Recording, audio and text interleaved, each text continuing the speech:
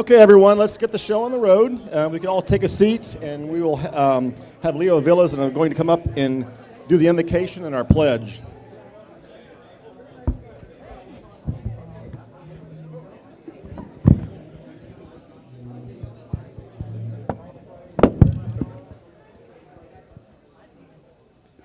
Good morning, everybody. Let's bow our heads as we pray.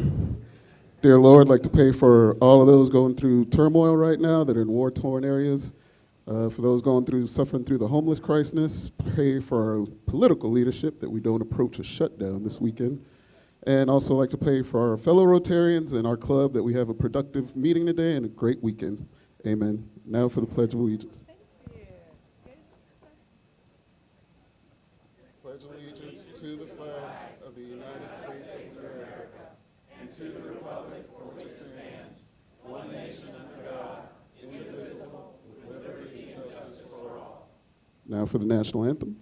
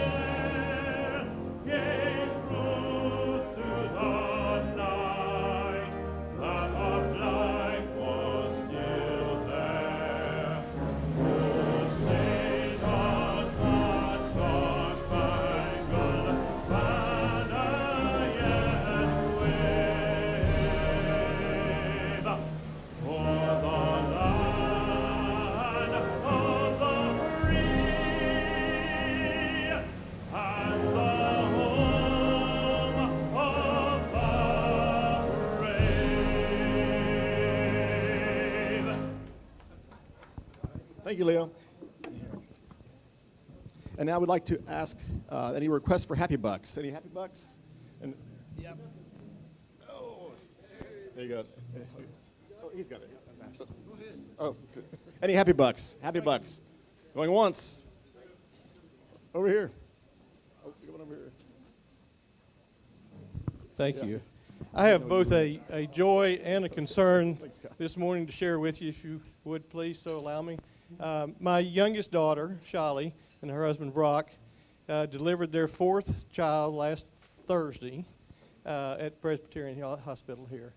That, of course, is my joy. The concern that we've got is that some of his physical characteristics have early on have shown up at the possibility of Downs.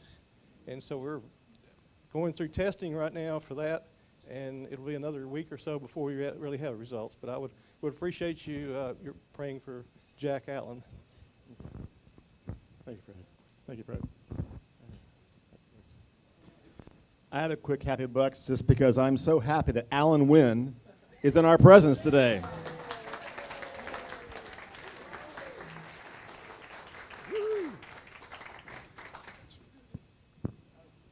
No, go ahead.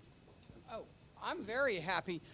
These Rotarians really have a lot of good golfers. I experienced it last night watching everybody. All right. Anyone else?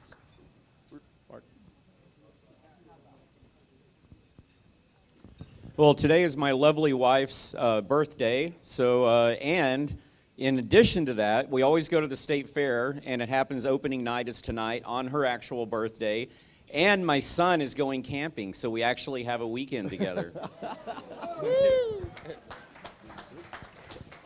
Any others? And now guests. Do we have any guests? Leo will come around and give you the microphone to introduce your guest. There you go, Leo. Stand up. Most of you, or many of you, have met my wife Micah over the years, and she's with us today, for which I'm very grateful. Micah Sleeper.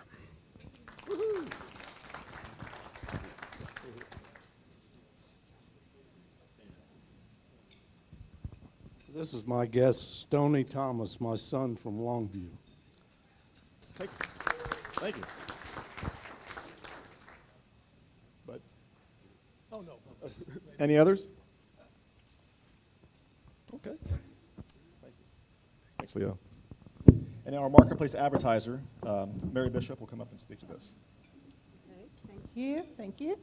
Okay, but my treat today to let you all know more about our marketplace advertiser, and it is Tanya. Where's Tanya? She was here a minute ago.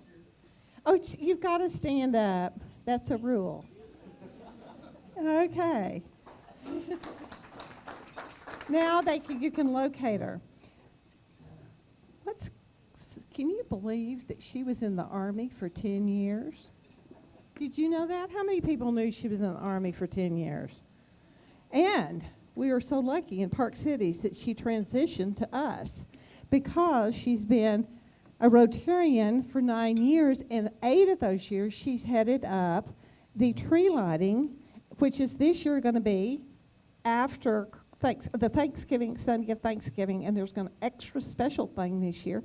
We're going to have an ice skating rink. Isn't that what you were talking about?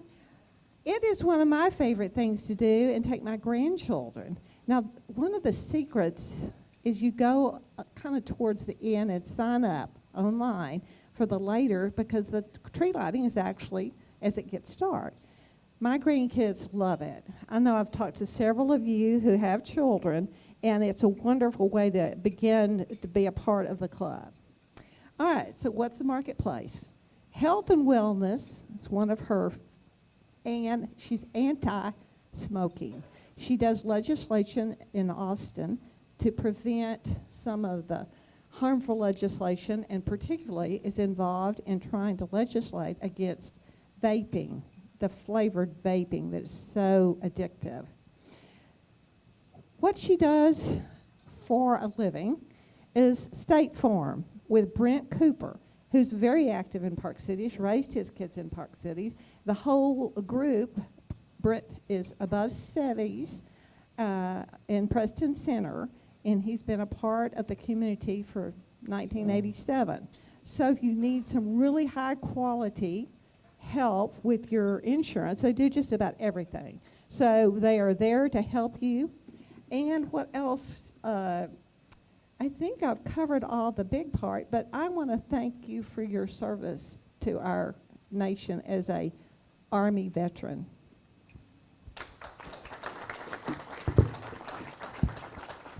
Thank you, Mary. And again, if you need to see anything about insurance, please see Tanya. And again, she does a wonderful job with the tree lighting. That's one of my favorite events that we do at the Rotary Club. Also want to call on Happy to speak to, yeah, Greg and Happy, yeah.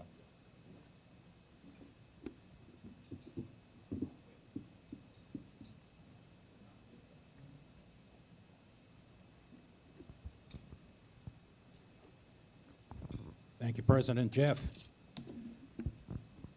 It's RIF time, Bill. Rotary International Foundation. Anyways, for our guest speaker, for our guest and newly indoctrinated Rotarians, what is the mission of the Rotary Foundation? It's to enable Rotarians to advance world understanding, goodwill, and peace through the improvement of health, the support of education, and alleviation of poverty. Our Rotary Foundation is the philanthropic arm of Rotary. We need revenue to run our main causes. What are those causes?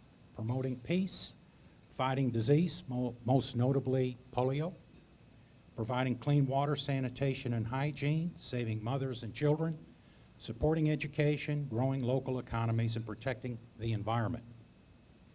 Paul Harris' fellow contributions provide the needed revenue for the programs of Rotary that we are doing good in the world, 200 countries, 1,000,004 members, and that each of us can make a difference.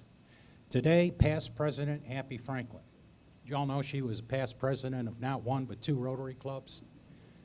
She puts a lot of time and resources into making Rotary work. God bless her.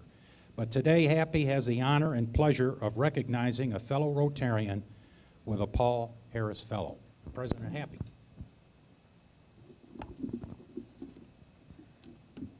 The highest form of recognition a Rotary Club can bestow is the Paul Harris Fellow.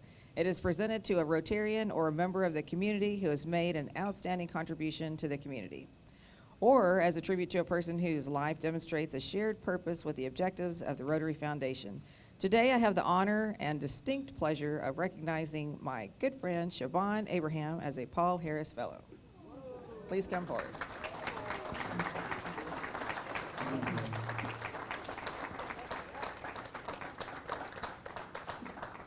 And we shall have a picture. Come over this way.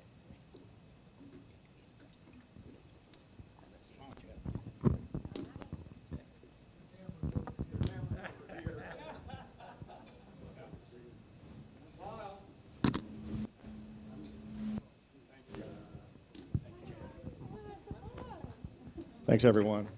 Congratulations, Siobhan.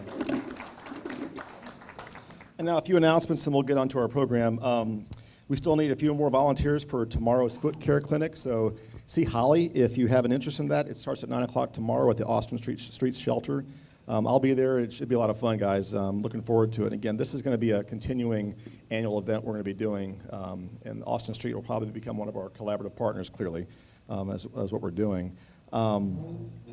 The 29th of October is the ADL Walk. Mark Cash is heading us up. We have 7 on our team now.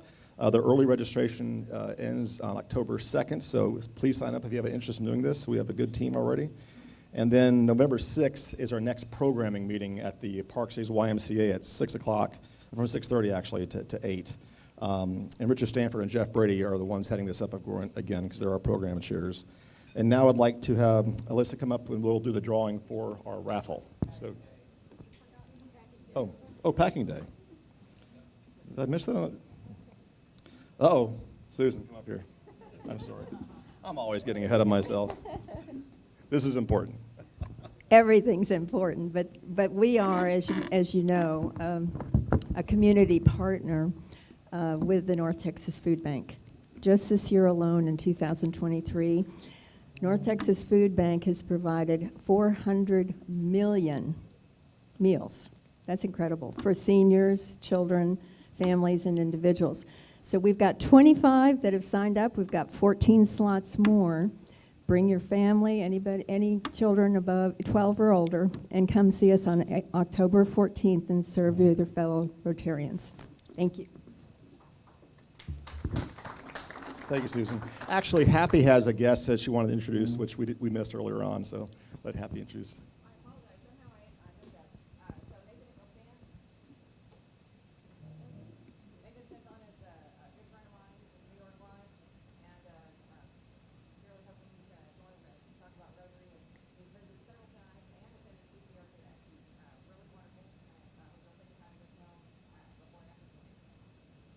Welcome, Nathan. Thanks, Happy. And now, Alyssa, if we come up and do the drawing for the raffle. So Scott Ehlers, we're going to have come up and pick a number, the winning number, hopefully, for whoever has it.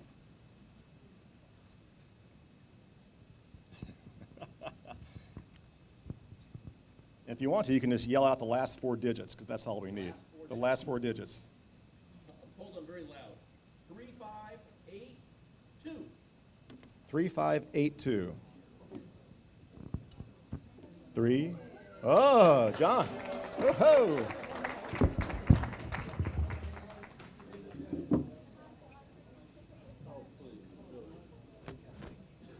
And now, as you know, John just has a chance of picking a card, and hopefully it's the Ace of Spades. And if it is, he wins half the pot, which is like $2,200, I think, right now.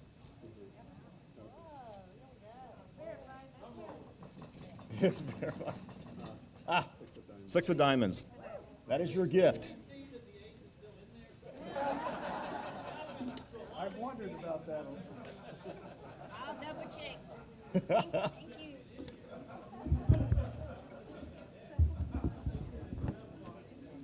I bought a ticket.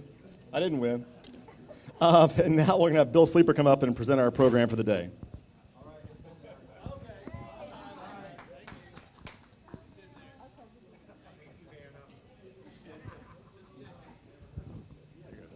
Yeah, I'm going to slide it over. Here, take it. I'll put the mic right there.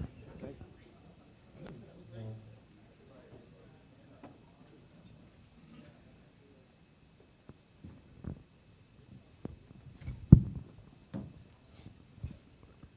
Well, I've been looking forward to this. I've heard Scott make some comments, make a little presentation before, and it's about a subject that I know nothing of. Thoroughbred racing. And, but before I get into this, I want to do a couple of other things. First, his wife is with us, and I'm so honored.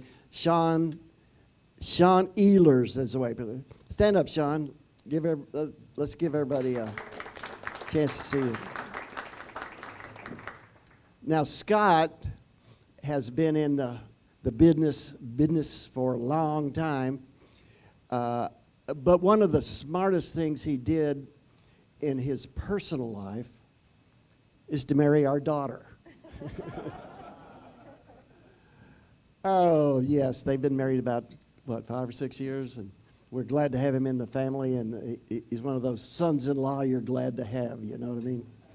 Anyway, Scott did not grow up on a horse farm.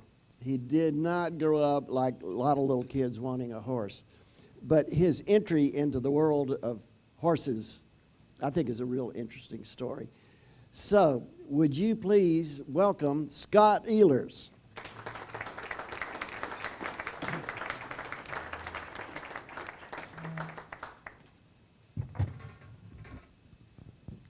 Thank you for having me. My name's Scott Ehlers, and I am a handicapper, professional, and I guess weekend warrior, you might say. Well, let me interrupt you. Yes. His grandfather was a 57-year perfect attendance Rotarian, 7 times Paul Harris. How about that? So when he comes to Rotary, he's not like some kids like, oh my God, what is going on here? My grandfather took me to a Rotary meeting when I was 7 or 8 in Madison, Wisconsin.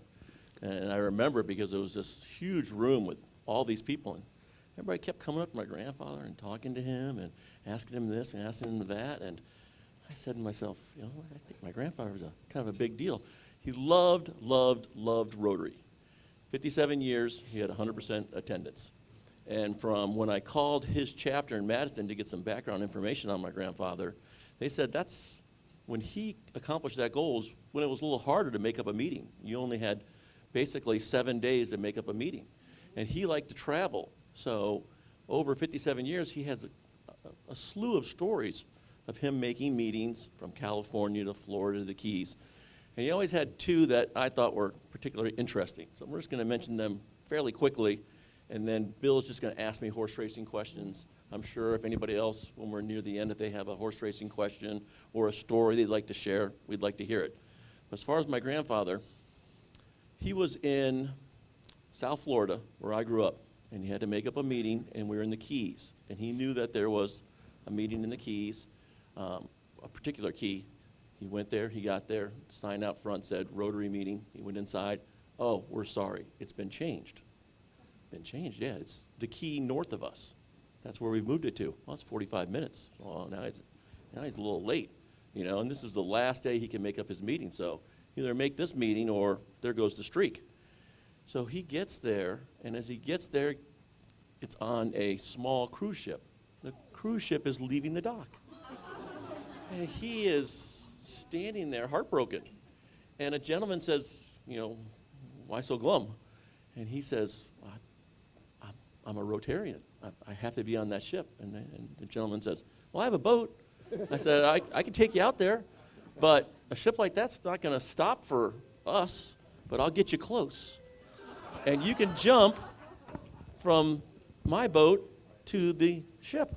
Well, okay, he said, I got to keep my streak going. So off they go. They pull up to the cruise ship. There's a ladder hanging off the back. By now, there's 50 people that are watching this lunatic that is going to try to board a cruise ship from a little small pleasure craft. He pulls up, he jumps off, luckily, gets on the ladder, climbs on up, makes his meeting keeping his record intact. And he loved telling that story. He also said he met more people making up meetings. He really liked to travel.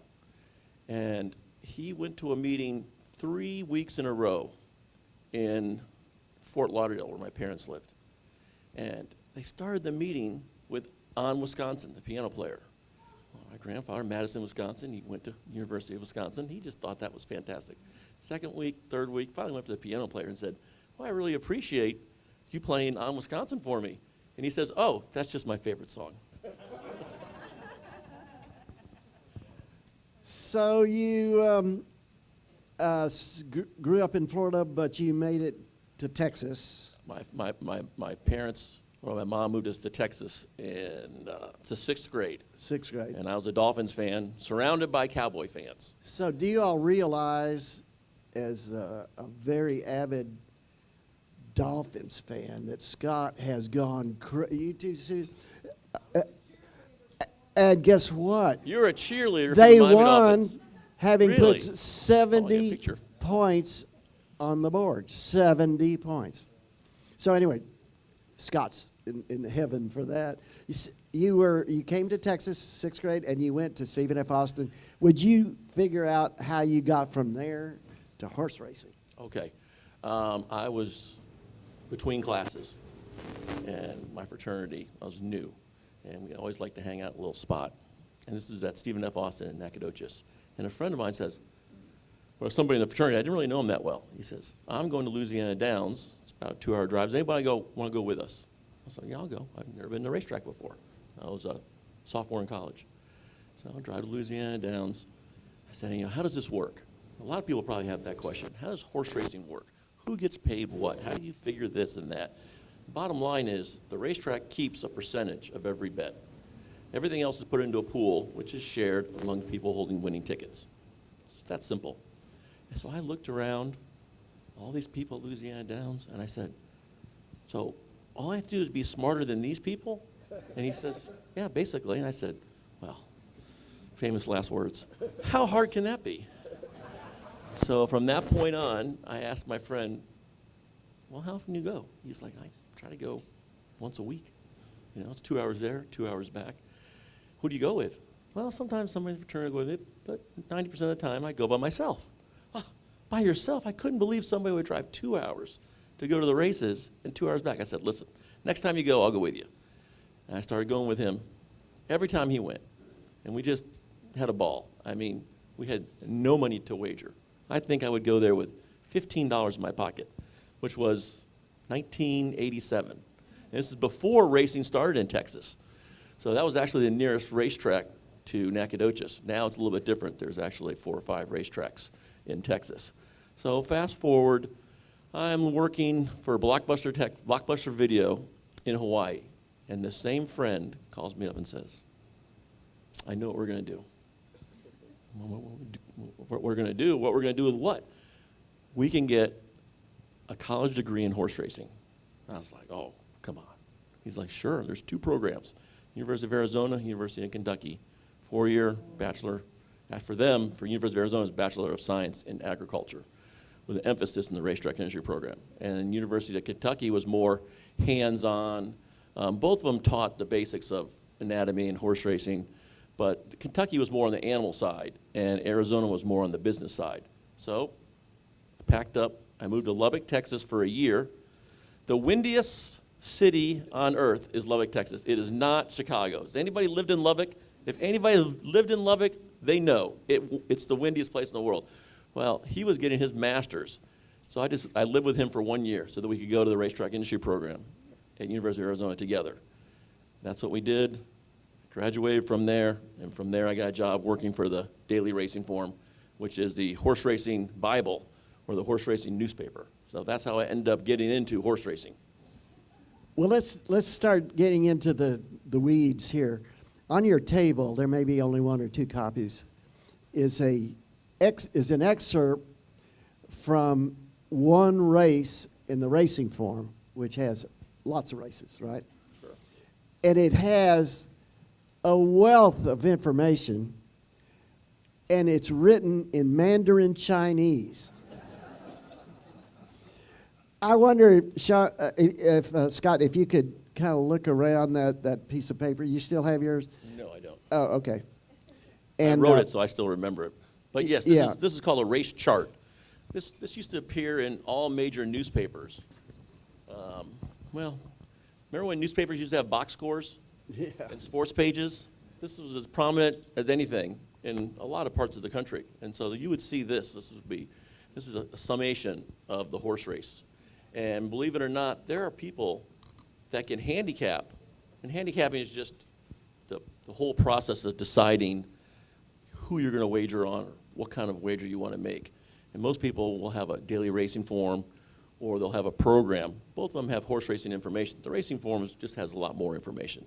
But there are people out there that would just handicap from the program, from the race chart, what you have in your hand right here. And you're like, well, all this tells you for somebody, how can somebody handicap off this? It's a 1.16 mile race on the turf at Louisiana Downs. You know, it has all the horses in the race. It shows where they were after a quarter of a mile, half a mile, 3/4 of a mile, down the stretch, and at the finish line.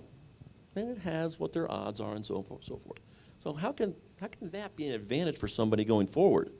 Well, it also has, at the bottom of the page, the chart notes. And what these are is, every racetrack, there's a person who's designated a chart caller. They watch the race through their binoculars, and they keep track of where every horse is at every point of call in the race. So you have an idea of what happened to a horse simply by reading it. You didn't really have to look at the numbers. Oh, he finished this fast, or he was facing this horse. It was simply what happened to him. Horses, has anybody grown up around horses? We must have a few people that grew up around horses. Did anybody grow up around thoroughbred horses? Thoroughbred horses are, for the most part, and there are many exceptions, very aggressive, and for a better word, dumb and mean. So trying to get a 1,200-pound animal to do what you want to do is harder than you may think. And they get, what we say, they get in trouble a lot. Or they are in the wrong part of the racetrack. Or their jockey made a mistake. Now, if you watch a race, which you can do fairly easily now with the internet, but in the 50s or the 20s or the 80s, there's no such thing. You know, you had to glean everything from documents like this. And there's information in there that you wouldn't have otherwise. And that's just another way some people can handicap. We could talk about pace and class, final times, turn times. I could bore you for hours about the intricacies of handicapping, but nobody wants to hear that. You want to hear about what's the most money you ever made on a race? Do you know Bob Baffert? Who's heard of Bob Baffert? Bob Baffert went to my racetrack industry program at the University of Arizona. He is considered the best trainer in America. He's won, I think he's won 5 or 6 Kentucky Derbies, Preakness, and the Belmont. Now those names probably sound familiar. Kentucky Derby, the one day, horse racing is the most popular day. The Preakness and the Belmont are the Triple Crown for horse racing. Now, can any horse run in a Triple Crown race? That's right. How old do they have to be? 3, and it can only be 3. Horses all have the same birthday. Did you know that? January 1st. Whether you were foaled on February 2nd, March 15th, does not matter. On January 1st, every 2-year-old horse becomes a 3-year-old horse. The next January 1st, they become a 4-year-old, 5-year-old, 6-year-old, so on and so forth. But that's just another little tidbit about horse racing. So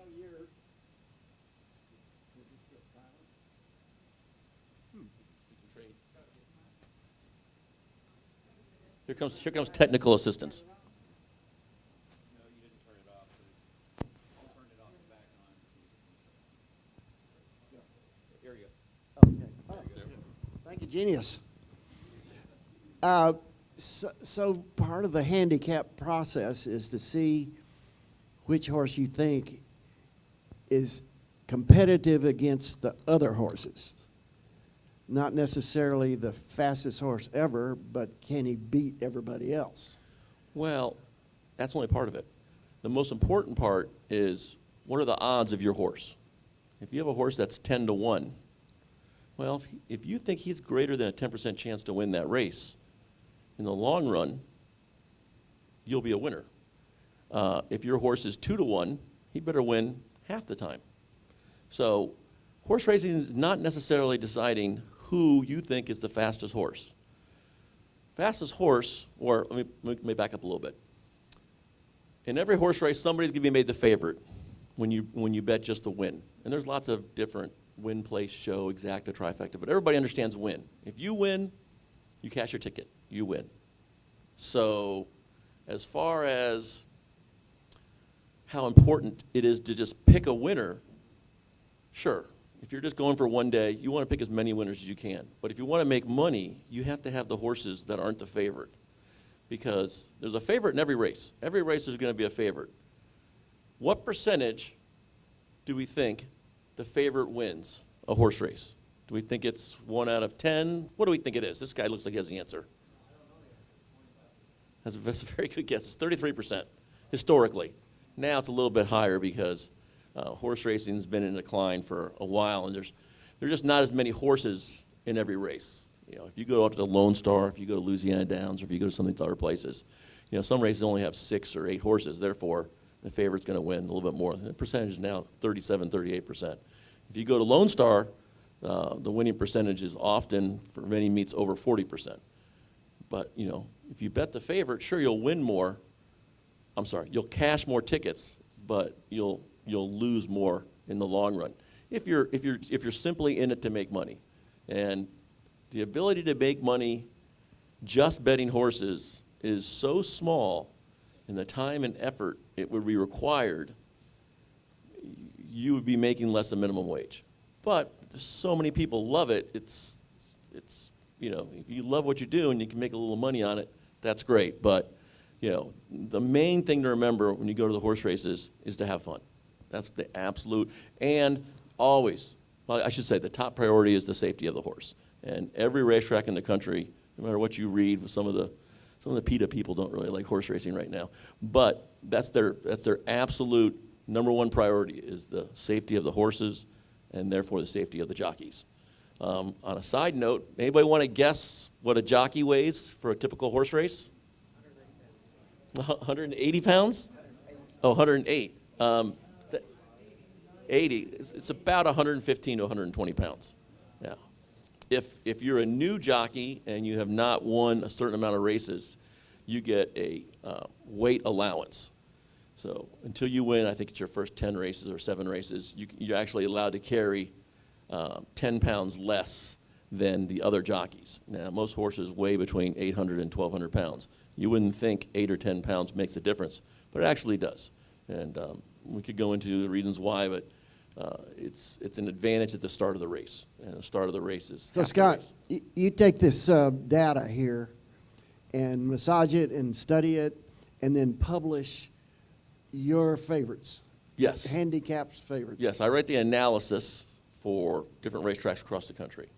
I do Louisiana Downs, believe it or not. I do Turf Paradise in Phoenix. I do Canterbury Park in Shakopee, Minnesota. And then I'm the relief pitcher for pretty much any other racetrack. If somebody goes on vacation, I do Gulfstream, do the horses in New York. I did Churchill Downs a couple days ago. So my job is to simply look at all the information that everybody else has in the racing form, with the exception of breeding information. And I decide, who do I think is going to finish first, second, or third? And I'll type that up, and I'll put my comments of why I think that. And if there's a horse that's doing something for the first time, I will add either the breeding information or sire information or sibling information to that. I might not like that horse, but somebody else might like that horse. And the breeding information is not something that's actually in the racing form. Parts of it are, but as far as, because you can only squeeze so much information. You know, if you have a horse that's got 13 brothers and sisters, you know, how would you put all that information in a newspaper when you have maybe 100 horses running that day at that racetrack, and you might have 50 racetracks running on any day. So that's my job, is to kind of interpret the information, because, as Bill said, it's hieroglyphics for many, many people. But if you buy a racing form and you're trying to see all the numbers and maybe you're there for the first time, you can read mine and it kind of translates it for you. Question? So we've had socials in the past out of and so if we did that again, would you go along with us and give tips? Absolutely, I would.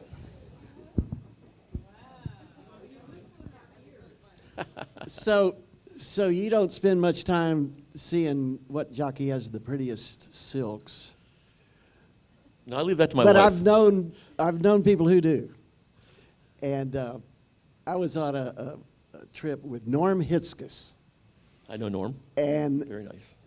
He and his buddy from KERA, and I can't remember his name, but what? No, way back. He's one of them. From the earlier than that. Anyway, it was fun because we went to the horse races in Louisiana Downs. Half of it went with Norm and half with the other guy. And then we stopped somewhere in Tyler and switched places. And during Norm's part, anyway, he had us, gave us each a racing form, and he went through and gave his picks. And that was a lot of fun. Although, sheepishly, I'll tell you that one of the things he said was, you know, some people, when the post parade, you know what the post parade is? They parade the horses in front of the stands and then go back to the starting gate. And he said some people look to see which horse has just gone to the bathroom. And anyway, I thought, well, okay, that's probably as good as any. Well, that did remind me of a real quick story as far as, you know, when we watch the horse races with my wife. 95% of the time, she does not listen to me. She likes to make her own bets. Many people are like that. But I had a friend, the same friend that took me to the racetrack. He's now the president of the Daily Racing Form. And he liked to go, and he spent a whole summer when he worked in between semesters at college, at Stephen F. Austin. He drove to Louisiana Downs, and he got to know this particular horses and track biases and a few other things. So he's going to take his family for the first time. So they go to the racetrack, first race, he tells his mom, Mom, I like the 3-horse. 3-horse wins. All right, great. Second race, Mom, I like the 6-horse. The 6-horse wins. Wow, it's not easy to pick 2 horses in a row. Believe it or not, third time rolls around. Mom, I like this horse. Again, this horse wins. It's 3 for 3. Very hard to do. Even if you had all 3 favorites, it would be difficult to do. So here comes the 4th race. Gives a horse. Horse does not win. Still, 3 out of 4 is pretty good. Before the 5th race, his mom is asking the people next to him, who do you like? Well, I was curious, and I asked you this question once before, but does the Daily Racing Form look at literally your track record and say, Scott, you keep picking winners that don't win. You're fired. You get in trouble with that? Well, I've been with them for a long time, so no, they do not do that. The computer actually keeps track of every time you pick a horse race. And it'll give you an ROI and your best bet ROI and so on and so forth. But they had a rule. Simply do not write anything that will make an owner, jockey, or somebody in the industry upset. That was the only rule they had. They weren't really too concerned if you were a good handicapper or not. I mean, you had everything on time, and I think anybody that was hired to be a handicapper for the racing form was, you know, fairly good, but that's not something they were interested in. And in the whole time, I've been a handicapper at the racing form since 1998. And in that time, I've had 2 trainers contact me and 2 or 3 owners. And only one was upset. It was a trainer that, if you ever watch the Television Games Network, which is the horse racing show on cable, Channel 602 on DirecTV, in case anybody's wondering. His name was the Sarge, and he used to be a trainer. And I come into the office one day, and I had picked a horse that he did have that he no longer trained. And all I said was, wow, this horse is really good of late. You know, he doesn't have it anymore. Sometimes horses just need a change of scenery. And he called and left me a message. It's not easy to find us because this is, this is the early 2000s. You couldn't just go on the internet and find a phone number. I answered the phone, it was a message for me, and he was not. He was upset. How dare you? All these owners are yelling at me that I got rid of this horse and now it's winning, so on and so forth. And I called him right back. He picked up the phone. He could not have been any nicer. He was just having a bad day when he left that message. First thing I said to him was, last Friday I picked your horse and it won it maybe 5-1, 6-1. I said, did you know that? And he says, yeah, you're the only one that picked it. And I was like, there you go. And from that point on, he was very, very nice. And then I had a few owners, but you'd be surprised. Not very many people reach out to you in the horse racing industry. But maybe that's because, I was in New York City. We had 2 offices. We had one in Lexington, Kentucky, and one in New York City. Another thing people think is that if you work in horse racing, you have to work at the racetrack, which is, for a handicapper, no. We worked in a cubicle, basically. But the racing forum would always have one person at the major racetracks, and they're the ones that would write the feel-good stories, They talk about the Kentucky Derby, what happened in the Kentucky Derby, or they can tell you who won the Nashua Stakes in 1937 and so on and so forth. They're not outside the hardcore handicappers. They're more of the color commentary. So we always did have somebody like that. And those are the people that got to actually talk to the Bob Baffords and talk to the owners and so on and so forth. Us handicappers, although we represented the betting public, and without betting, there would be no horse racing. There really wouldn't be.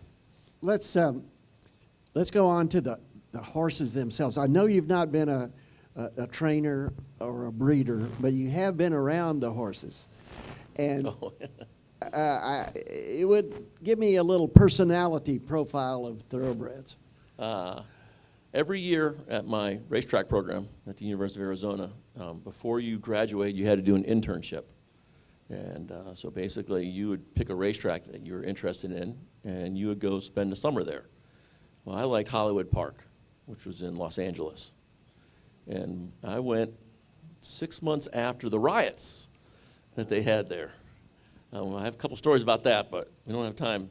It's a good story, but we don't have time for that. And you just go do your internship, and it's hands-on. You've been in the classroom, so on and so forth. You've been learning about this, learning about that. So now you're actually going to be at the racetrack, working maybe in concessions, in the race office, just everything. Well, I was very poor in college. I didn't have anywhere to stay, and I couldn't afford an apartment or anything. So you could stay in a tack room on the backside with the horses, in a room that was that big by 8 feet. I'm going to say it's 4 feet by 8 feet, maybe 10 feet. No bed, one plug, and I had a sleeping bag and a lantern, but it was free. And I could walk around the track and go to work, and they had a cafeteria, so I could eat for free. And if you have no budget, that was perfect. And I learned a lot about horse racing just by walking by and seeing the daily preparations for the horses and so on and so forth. And I think everybody's heard the stories about when an animal will sense something that's going to happen. You hear about it all the time. Well, I was asleep at 3:30 in the morning, and the horses were on the first floor. I was on the second floor, and they started going crazy, neighing, and it woke me up. And I said, wow, that's crazy. And then we had an earthquake. It wasn't a big earthquake, but you could feel it. But those horses knew before, somehow, maybe they felt that's also where I learned that they can be very mean. And they're really, very mean, yeah. Yes, I've heard they that. very mean. And they're very competitive with one another. Don't they Sure. seek to be at the head of the pack, the alpha male or something? One of your handicapping angles is, they say, pace makes the race. Horses are very, like I said, they're very aggressive. So they do not like to run directly next to another horse. They will just try harder, no matter what the jockey's doing, because every horse race, you don't want to go as fast as you can out of the gate, because then you'll be too tired at the end of the race. So your jockey's job is to conserve energy and place the horse where he wants to. And every horse has a different style. Some horses like to be up front. Some horses like to come from last. Some horses like to be in the middle. And it depends on whether you're having a short race or a long race. Those things can kind of flip-flop. But as far as a horse with another horse, he'll start to try a little harder. He'll put his head in front. Well, that makes the other horse very angry. And he'll try harder, try to put his nose in front. And the other one says, oh, well, I'm gonna try even harder and put my nose in front. Well, you can probably see where this is going. You have two horses. The jockeys cannot get them to stay off each other. And they'll just 1, 2, 1, 2, 1, 2, all the way around the track. They're turning for home. You might have a 6 or 7 length lead, and you might have a wager on one of these horses. I know you're going to lose. The novice, because they get tired, because they've used all this energy. So that's what, you could have had the best horse. Looking back, you could say to yourself, you know what, if that 3 horse hadn't have hooked to me, I would have won that race. And you're right. And the other horse could say, if that 6 horse hadn't hooked me, I would have won the race. But that's horse racing. So simply deciding the pace of a race is one of the top 3 handicapping factors in horse racing. Are there a lot of these speed horses in a race? Maybe you'll get, sometimes it's not 2, sometimes it's 3 or 4. And they're all pushing each other to go faster and faster. So if you have that kind of race, you want the horses that are going to sit back. They call them stalkers or closers. You have 3 horses, three types: speed horse, stalker, closer. So a race like that, you want a stalker or a closer. 20 years, handicapping 20 years. Oh, this horse, all he does is go to the front. This horse, this horse, this horse, they all do. Oh, I got this race in the bag. They're all going to do that. Then what happens? One horse breaks on top. The other 3 horses break a little tardy, and they just let that horse go. So in a race where you should have had 4 horses, all tiring each other out all through the race, one gets away by himself. There's nobody around him. He relaxes. He can take a deep breath. He's going to have all that energy when the real racing starts down the stretch. And you'll see it. You'll see one horse by himself. He'll have a little lead, maybe a length or 2. And then on top of the stretch, that's when everybody else, they don't want to get away, and they'll make a move, and then he'll just kick away from them and win the race. And it's very frustrating. You say, wait a minute, that shouldn't have happened. There's 4 speed horses in that race. What happened? Bad luck, a bad break, bad part of the racetrack. Things like that. There's a lot of different things that can happen. But when you watch a race, it's something that you can look at the information, which are called the past performances, which tells you where a horse is during a race. You can just look at it and read it in the racing form and not see the race. And I can visualize, I can read a racing form, and I can tell you exactly what happened in that race with experience. But you just don't know what's going to happen as far as, what's going to happen as far as the pace and so on and so forth. But you can remember it, and you can say to yourself, I remember this race. This is what was supposed to happen, but this horse broke poorly. This time it's not going to happen again. So it's kind of an advantage of experience and actually seeing a horse race. One last topic before we open it up, okay? And that is, what can we in Texas, what may we do and what we can't do as respects horse races, and how does the federal government muck it all up, and what's the lay of the land on that? Well, horse racing has been, people take advantage, and they've been taking advantage. They'll take any advantage they can get, and they have been for as long as horse racing's been going on. You could call it cheating. And a NASCAR fan would say there's no such thing as cheating. You're competing. So, there's lots of different things that you can do for horse racing to get an unfair advantage, I guess. What about the parimutuel betting? Oh, that's right. What are we allowed to do in Texas? I started on my story and I forgot his question. That's what happened. Because of all the rampant people taking advantage, a lot of times they do it through drugs. There's certain legal drugs that you can give a horse, Lasix, Bute, and you're only allowed to give them so much. It's got to be out of their system by a certain time. But the trainers with the more money, they know exactly how to push the envelope where they can get the maximum use of that legal drug. And then sometimes they'll use illegal drugs. But there'll be illegal drugs that are hard to find. Think back to the Tour de France with him winning all the, and you know, and he's, yeah, basically he's a blood doper. Well, that's what they do for horses now. They dope them, and what happens is it's almost untraceable. They put a drug or a regime where there's red blood cells, extra red blood cells that are stored in the spleen of a horse race. And when that horse gets tired, those red blood cells are released so that they're not as tired as they would normally be. And so that enables them to finish a race better than they would. So you have all these problems with, you know, horse racing. So the federal, you know, it's always been a problem. This guy's a cheater, this guy's a cheater. Well, the federal government said, you know what, why don't we just invent a government agency and we'll put them in charge of all drug testing and disqualifications and suspensions and so on and so forth, which is always handled by the states. And this is going to get us back to why Texas has a problem right now. So they passed this, it's called the HISA, Horse Racing Integrity and something, I can't remember, but about 6 months ago, and so now that's where we are with this government program. The great state of Texas said, no, we're not going to listen to HISA, and you know, we're not going to pay your fees. Well, the federal government put in the legislation that if you do not participate with the HISA people, that you cannot simulcast your signal to other states. So that's where Texas is. Simulcasting, I can go to the racetrack and watch the Kentucky Derby. If you're in Florida, you can go to a racetrack and you can watch any track in the country, and you can bet on any track in the country. So it's a big piece of the pie. Well, in Texas, you can only bet on Texas races if you're in Texas. If you're in Louisiana, Oklahoma, you can't. Well, that's 90% of the money that's wagered. So it's unsustainable right now. Either they're going to have to subsidize the racing industry, which they do to a small extent now, but they'll have to be a large extent, or they'll have to basically break down and heed control to the HISA people. But that's where Texas racing is.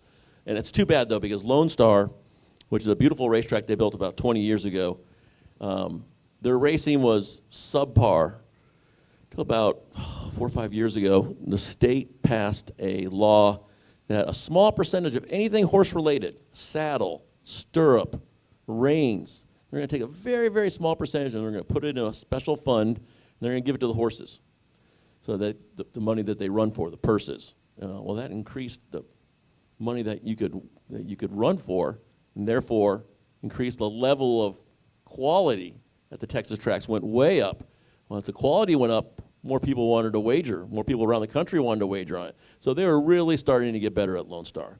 On a scale of 1 to 10, they were a 3, and they were probably a 6 or a 7. But now, if they don't make a deal, I don't really think that they could survive. Questions?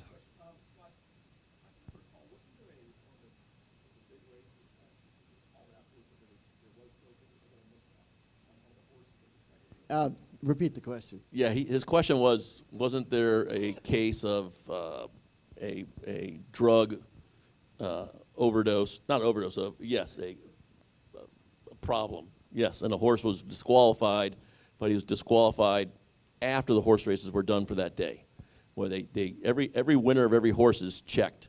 They take a sample, urine sample, and they check it for all the different things, and if there's something in there that's illegal, they'll be disqualified from that race, placed last, and any money they won will be returned, and they'll redistribute the purse to the other horses. But now, if you bet on that horse, and he gets disqualified later, it doesn't matter. You've already cashed your ticket, so you're off you go. Great.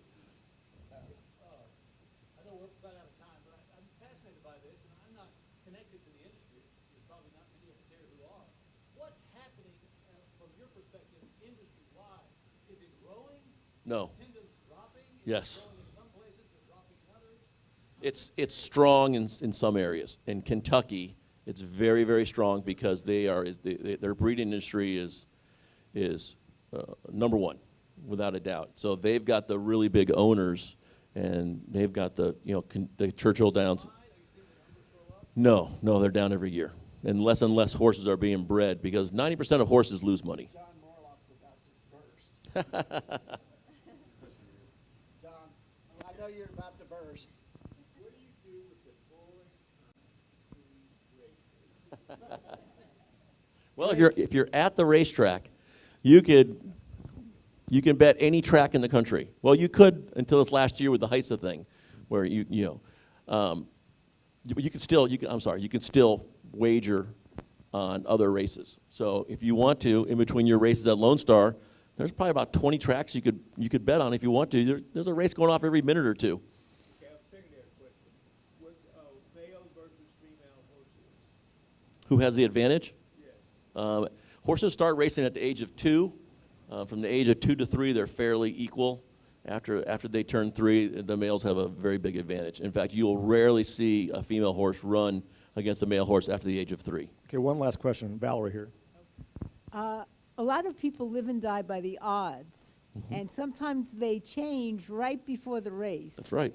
Now, all the information you've given us on the horse and how all it's set up makes me wonder about the validity of the odds. What do you think? Well, the problem with that is you're allowed to wager until the gate opens. At that point, everything is shut off. Well, people are wagering all over the country. So it stops, but all the information from all the other places hasn't come into the pools yet. And that's a problem because your horse will be 5 to 1, and halfway through the race, your horse will go from 5 to 1 to 3 to 1. And you're like, well, I thought all wagering stopped when yes, it did, but not all the information had come into the tote board and a lot of that is because there's computer syndicates that wager a lot. And what they do is they wager at the very last second. So they might wager and put all their bets in with 5 seconds to go, 1 second to go. They have computers do it so they know, I don't know if a computer will watch a race because, if you ever watch a horse race, they're supposed to go off at a certain time. Say the race is supposed to go off at 1:30, but you get the horses in, this one gets upset at this one, and this one get the back one out, and a lot of times they don't start on time. But somehow they've figured out how to get that. They probably just have somebody watching it. Okay. Well, Scott, we appreciate it very much. Oh, and in honor of your being here, a book will be placed at McShane Elementary in your name. Oh, so we okay. appreciate it. And so next week, guys, our program will be the Salvation Army, and I want to have Siobhan come up and do our 4-way test. I'll definitely take everybody to Lone Star the next trip. Yeah, we'd love that. 100%. We need all the help we can get. I only got lost once. All right, the 4-way test. Sweet things do. Is it truth? Second, is it fair to all concerned? Third, will it bring goodwill and better friendships? Fourth, will it be beneficial to all concerned?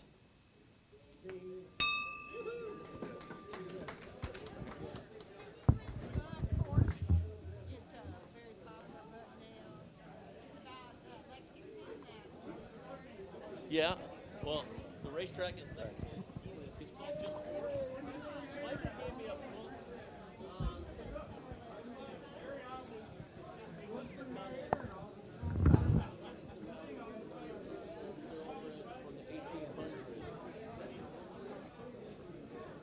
Ow, that hurt.